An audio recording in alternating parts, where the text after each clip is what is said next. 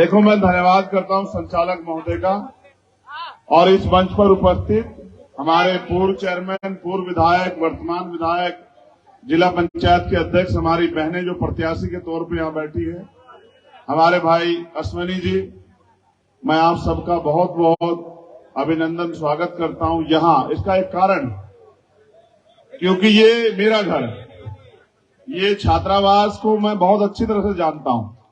इस छात्रावास ने हमें बहुत कुछ दिया, बड़े बड़े अधिकारी, नेता, बहुत कुछ, इसलिए मैं आपका अभिनंदन यहां कर रहा हूं। ये भले ही क्षेत्र आपका हो, लेकिन सच ये है कि इस क्षेत्र में पिछली बार जब आए, छात्रावास के कई कमरे मुझे गिनाए हमारे सीनियर लोगों ने कि हम यहां रह के पढ़े हैं। कई अधिकारी मुझे मिले जो बताते मैं उस कमरे में था, मैं उस कमरे में था। ये सिर्फ छात्रावास नहीं, ये हमारा इतिहास है, ये हमारा जो है यहाँ इतिहास है। इसको धन्यवाद, नमन करता हूं मैं। और फिर यहाँ जो उपस्थित हमारे सम्मानित लोग बैठे हुए हैं, अनेक धर्म जाति से मिलकर बना है भारत। मैं आपका भी बहुत बहुत धन्यवाद करता हूं कि एक लंबे समय से आप यहां बैठे हुए हैं। मुझे जो बातें आपसे कहनी है वो मैं बहुत कम शब्दों में कह दूंगा। मुझसे पूर्व वक्ताओं ने सब कुछ कह दिया है। वास्तविकता में हालात अच्छे नहीं है, तो पुनः अपनी बात को शुरुआत करते हुए मैं समय समय पे जो संत गुरु महापुरुष इस भारत की धरती पर जन्मे हैं, जिन्होंने, अभी हमारे पूर्व विधायक जैन साहब कह रहे थे कि मैं कॉमरेड हूं, मैं जातिवाद को नहीं मानता। मैं ये मानता हूं कि दुनिया का सबसे बड़ा मजहब है इंसानियत। जो इंसान ही नहीं बन पाया वो किसी धर्म का नहीं हो सकता है। जिसके अंदर इंसानियत है, जो सही को सही कह सके, जो गलत को गलत कह सके, और किसी के गरीब के साथ अगर अन्याय हो और वो ताकतवर का हाथ पकड़ ले, वो है ताकतवर, वो है इंसान। वरना बाकी बहुत लोग घूम रहे हैं। मैं पूरे देश में घूमता हूं, मुझे आदत हो गई है। मैं दर्द सहता हूं, दर्द देखता हूं और मैं उस दर्द को महसूस करता हूं, अपने अंदर समा लेता हूं इस बात के साथ कि कभी तो वक्त और हालात बदलेंगे। और अगर मेरे हिस्से में ये कुदरत ने आशीर्वाद दिया है, ताकत दी कि मैं उनके आंसू पोंछ पाऊं, मैं उनके दुख को कम कर पाऊं, अगर मैं उनको एक कदम भी आगे बढ़ा पाऊं, तो मैं उसके लिए खुद को धन्य समझूंगा। मैं बागपत के लोगों से ज्यादा कुछ नहीं कहना चाहता। ये अश्वनी जो है, इससे मेरा कोई राजनीतिक रिश्ता नहीं है, सच ये है। विश्वास करो, इतना काम है। अगर राजनीतिक रिश्ता, छपरोली में हमारे प्रत्याशी में वहां नहीं जा पाऊंगा। अगर राजनीतिक रिश्ता होता मैं नहीं आता। ये मेरा भाई है और मैं बस आपको ये कहने के लिए आया कि एक भाई दूसरे भाई के लिए आया है। और क्यों आया हूं ये भी बता रहा हूं आपको, इसलिए आया हूं। देखो, चुनाव होते हैं, चुनाव 2022 में हुआ, चुनाव 2019 में हुआ, चुनाव 2020 में हुआ, 17 में हुआ, उससे पहले भी हुआ। आजाद हम लोग 1947 में हो गए थे। अधिकार हमें 26 जनवरी 1950 को मिलने शुरू हुए। लेकिन सच ये है, इस पूरी लड़ाई में एक वोट ही ऐसी शक्ति है जो बड़े से बड़े ताकतवर को जमीन पर गिरा सकती है और बड़े से बड़े कमजोर व्यक्ति को जमीन से उठा के ताकतवर बना सकती है। आपने उसको मौका नहीं दिया। कारण क्या रहे होंगे मैं नहीं जानता। आपने इसको मौका नहीं दिया। मैंने इसका दिल देखा है। एक दिन जब हम इकट्ठे बैठे तो ये मुझसे कोई बात शेयर कर रहा था, मुझे एहसास हुआ उसका दिल बहुत प्यारा है। और जिसका दिल प्यारा है ना, उसको फिर आपको कुछ बताने की जरूरत नहीं है। इसके दिल में वास्तविकता में दर्द है, लोगों के लिए कुछ करना चाहता है इस क्षेत्र के लिए, और दो बार निराश हुआ है। मेरे पास एक लंबी लिस्ट है जो हमारे सम्मानित जो यहां नेतागण बैठे हैं उनसे तो मैं अपील करूंगा कि आप अपनी जिम्मेदारी को अदा करना। लेकिन मैं अपने लोगों से स्पेशली ये कह रहा हूं कि मैं आपसे अपील करने के लिए नहीं आया, मैं आपको जिम्मेदारी देने के लिए आया हूं। जिम्मेदारी कि मेरे मान सम्मान की और मेरे रिश्ते की रक्षा करना आपकी जिम्मेदारी है। मैंने कभी आपको निराश नहीं किया। मैं और लगा जाता हूं तो वोट के लिए कहता हूं। मैं यहां आपको ये कह रहा हूं क्योंकि यहां की चलती हवा ये कह रही है बार बार, जिसका जिक्र हो रहा है।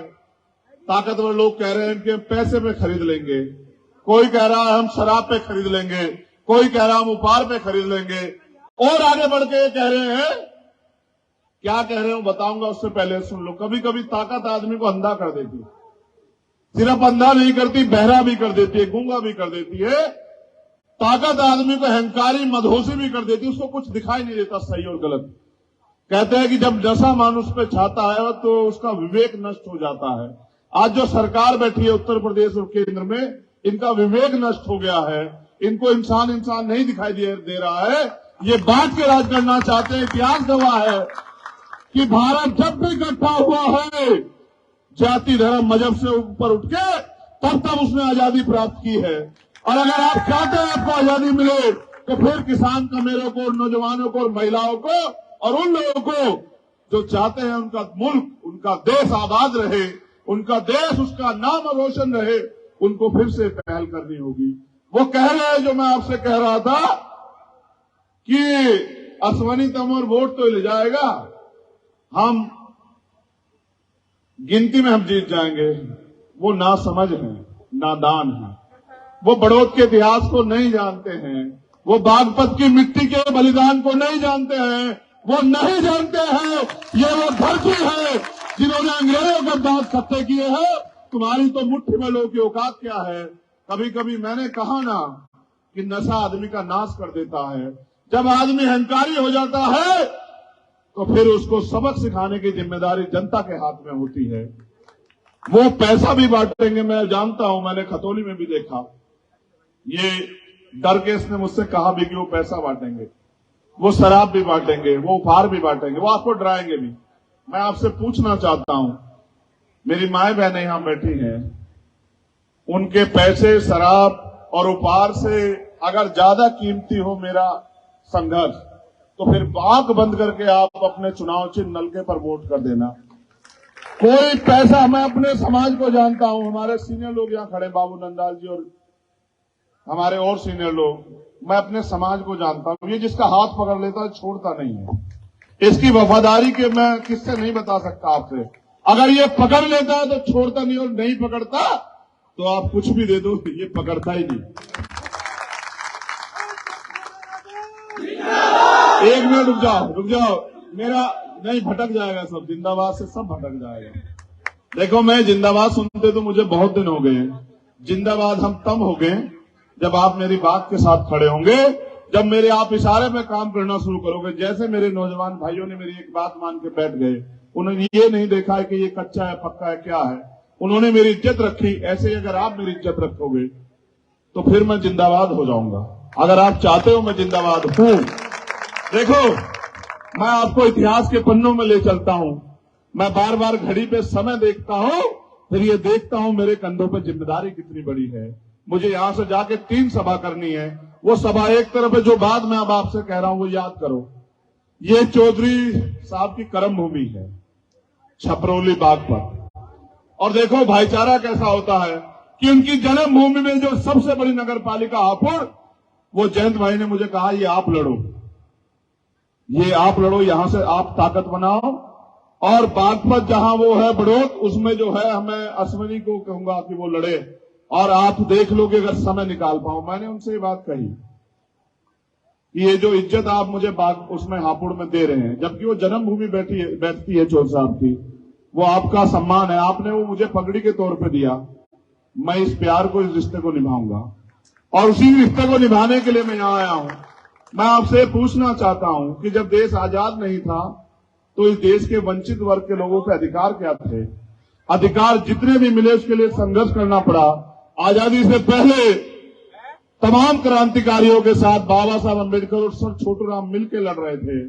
जब वो मिलकर लड़े तब शोषितों के हिस्से में अधिकार आए, और उनके जाने के बाद जो थोड़ी बहुत जमीन आज हमें मिली है वो देन है चौधरी चरण सिंह जी की। इसके अलावा कोई रास्ता नहीं है, सच कहने में कोई परहेज नहीं है। उसी बात को मान्यवर काशीराम साहब ने आगे बढ़ाया और कहा कि जो जमीन सरकारी है वो जमीन हमारी है, जिन पे जमीन नहीं है हमको जमीन देंगे। मैं ये कह रहा हूं कि समय समय पे हम एक दूसरे को देख रहे हैं कि उस वो क्या करके गया, किस तरीके से उन्होंने पैरों पे खड़ा किया लोगों को। आज फिर वही घड़ियाल पड़ी। आज मैं और जयंत चौधरी जी, हम दोनों भाई मिलके हम सबसे लड़ रहे हैं, सरकार से भी लड़ रहे हैं, कुछ अपने नजदीकी अपने उनसे भी लड़ रहे हैं। क्या करें, कोई किसी को कुछ देता नहीं है, छीनना पड़ता है। जैसे बागपत में आपने छीना था ना, आपको याद होगा, पूरे प्रदेश पश्चिम में अगर एक जिला पंचायत अध्यक्ष है तो वो बागपत का खून और बागपत की धरती का बल है जिन्होंने छीन लिया, वरना बाकी लोगों को तो उन्होंने मार पीट के धमका दिया। ये जय किशोर ऐसे नहीं बैठा हुआ, इसको आपने बिठाया। जब आप जय किशोर को बिठा सकते हैं तो हम भी वादा करके कहते हैं कि हम अपने भाई, अपनी बहन बबीता जी को और भाई अश्वनी जी को भी बिठा सकते हैं। हम कुर्सी पे बिठा के छोड़ेंगे। अगर वो कुर्सी दूर होगी, मैं अपने लोगों से कहना चाहता हूं कि अपनी वोट से खींच के ले आना, उसको इतनी जोर से खींच के ले आना कि वो उसकी सरहद में हो। देखो, यही एक वोट है जिस वोट से और जिस वोट के कारण आप ताकत बना सकते हैं, या जिस वोट की वजह से आपकी पूछ है। सरकार जो बैठी है उसका उन्हीं से मुकाबला है ना यहां।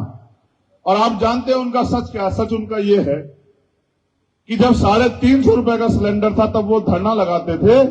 आज 1000 प्लस का सिलेंडर है, उनके मुंह से आवाज नहीं निकलती, उनकी कथनी करने में फर्क है। जब 50-60 रुपए पेट्रोल होता था तो वो 1 रुपए भरने पे चेयरमैन साहब वो धरना लगाते थे। और आज आप देखो 100 रुपए के पास चला गया, उनसे सवाल कर लो तो वो देशद्रोही साबित कर देते हैं। इस देश में समय समय पे हर वर्ग के लोगों को लड़ना पड़ रहा है। जैन साहब यहां बैठे हैं, एक तीरथ है वहां गुजरात में, उस तीरथ को उन्होंने जो है किस तरह से अपमानित करने का काम किया, आप पूछ के देख लेना, इनको पता होगा। उस लड़ाई को भी मैंने लड़ा। और समय समय पर किसानों की लड़ाई को आप देख लो, 700 किसानों ने शहादत दी। देश के प्रधानमंत्री जो सबके प्रधानमंत्री हैं, लेकिन आजकल प्रचार मंत्री है, मणिपुर जल रहा है, एक शब्द नहीं बोल रहे हैं, बस कर्नाटक में प्रचार कर रहे हैं। ये इनका राष्ट्र प्रेम है, ये इनकी सच्चाई है कि इनकी कथनी करने में फर्क है। एक शब्द नहीं निकल रहा, आपके देश का एक सूबा जल रहा है। ये है इनकी इंसानियत।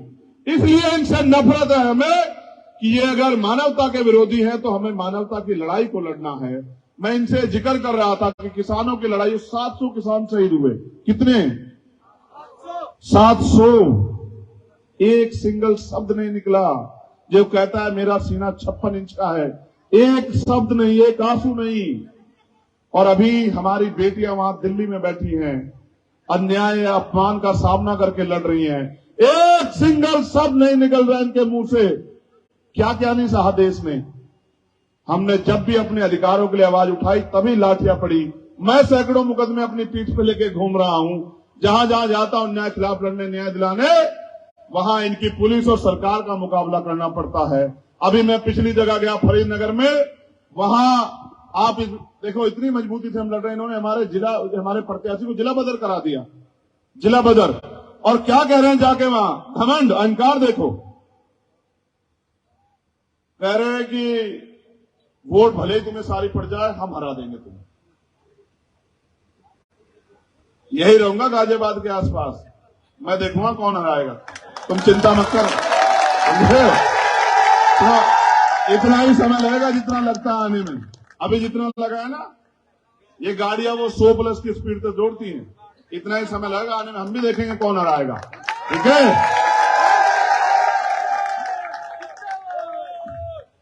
ये हमारा झंडा और डंडा बड़ा मजबूत है, इस बात को सब लोग जानते हैं। और हमारी लड़ाई हमेशा न्याय की रहती है। आज तक कोई गवाही नहीं दे सकता कि किसी गरीब के खिलाफ हम लोग लड़े हों। आज तक नहीं कह सकता कोई, आज तक नहीं कह सकता कोई किसी जाति धर्म की महिला रही हो, क्योंकि हमें हमारे गुरुओं महापुरुषों ने सिखाया कि सभी बहनों के सम्मान की रक्षा करनी है। हमने सबकी लड़ाई लड़ी और आगे भी लड़ते रहेंगे। इसी वचन के साथ हम है कि जनहित में जो भी कर पाए उसको हम करेंगे। मेरे पीछे से पर्ची आई, उन्होंने कहा चौधरी चरण सिंह जी और बाबू जगजीवन राम जब जब मिले सत्ता परिवर्तन हुआ है। सत्ता परिवर्तन संघर्ष से होगा, संघर्ष के लिए लोग तैयार हैं। किसान बंजर भूमि को चीर के, उसका सीना चीर के फसल उगाता है, और किसान जानता है कि कौन सा बीज ऐसा है जिससे बढ़िया फसल होगी। मुझे आपको कुछ बताने की जरूरत नहीं है। अश्वनी जी यहां बैठे हैं और ये तमाम धर्मों के लोग ये गवाही दे रहे हैं कि अश्वनी जी इस बार यहां से ताकत में जा रहे हैं। एक और हमारी प्रत्याशी है यहां पर खेकड़ा में, बहन रजनी धामा जी, मैं उनके लिए भी अपील करता हूं। इन दोनों का चुनाव सिंबल जो है नलका है, आप इनकी मदद कराएं। और अब ये जिम्मेदारी के जो नाम ले रहे हैं इनको सुन लो। हमारे बाबूजी नंदलाल जी जो रविदास महासभा के अध्यक्ष भी हैं, हमारे तो बड़े सीनियर हैं, हमारी पार्टी में अनुशासन समिति के उप सभापति भी हैं। मांगेराम लोहारी जी जो हमारे अनुशासन समिति के पर्यवेक्षक हैं, हमारे छोटे भाई डॉक्टर समीर जी, रणवीर सिंह जी, ये कुलदीप हमारा छोटा भाई जो उसमें बहुत मेहनत करवा रहा है वहां पर ठेकड़ा में, विकास मौर्य जी, सत्येंद्र जी, इमरान मलिक जी, जावेद चौधरी जी, रामनाथ जी, चमन सिंह जी, गुलाब सिंह जी, मनोज जयजान जी, हरवीर सिंह एडवोकेट जी, हरिंदर तोमर जी और प्रमोद साबका जी। ये नाम मैंने आपके इसलिए पढ़े, इसलिए नहीं पढ़े कि बहुत वाहवाही की बात है, इसलिए पढ़े कि आपके कंधों पे मेरे सम्मान की जिम्मेदारी है।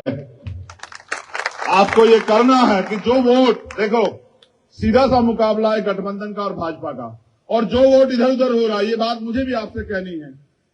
एक तो उनके किसी लाभ लालच में नहीं आना, क्योंकि फैसला 5 साल का है, एक दिन का नहीं है। और मान्यवर काशीराम साहब हमें सिखा के गए कि वोट की रक्षा बहन बेटी की रक्षा की तरह करनी है। वोट को बेचना नहीं है, वोट को फेंकना नहीं है, जिम्मेदार आदमी को सौंपना है। मैं ये कह रहा हूं, अश्विनी जिम्मेदार है, आप इसको वोट देना। मैं वादा करता हूं, आपका भाई आपसे वादा करता है कि आपको काम के लिए कहीं नहीं जाना पड़ेगा, ये आपके घर पे आके आपका काम कराएगा, मैं इसको जानता हूं। और जो जिनको गुमराह किया जा रहा है, जिनको बहकाया जा रहा है, जो अच्छा ये भी याद सुन लो, मैं नहीं कहता था, ये अनिल बीच में बोल रहा था, इसलिए कह रहा हूं कि जो आदमी पैसों पे टिकट लेके आएगा वो अपने पैसे पूरे करेगा, आपका भला नहीं कर सकता, ये बात याद रखना। और जो पैसे आज आपको देगा वो कल आपकी खाल खींच के पैसे लेगा। समझ रहे हो नहीं समझ रहे हो? वो पैसे दे क्यों रहा है? आपको खरीदने के लिए। मैं आपसे पूछ रहा हूं, आप बिकाऊ हो? ये सदगुरु रविदास जी महाराज के बच्चों को खरीद सकता है? देख लो बागपत वालों, बड़ौत वालों, मैं इसको हामी भर दूं? पक्का? खतौली की तरह इज्जत रखोगे?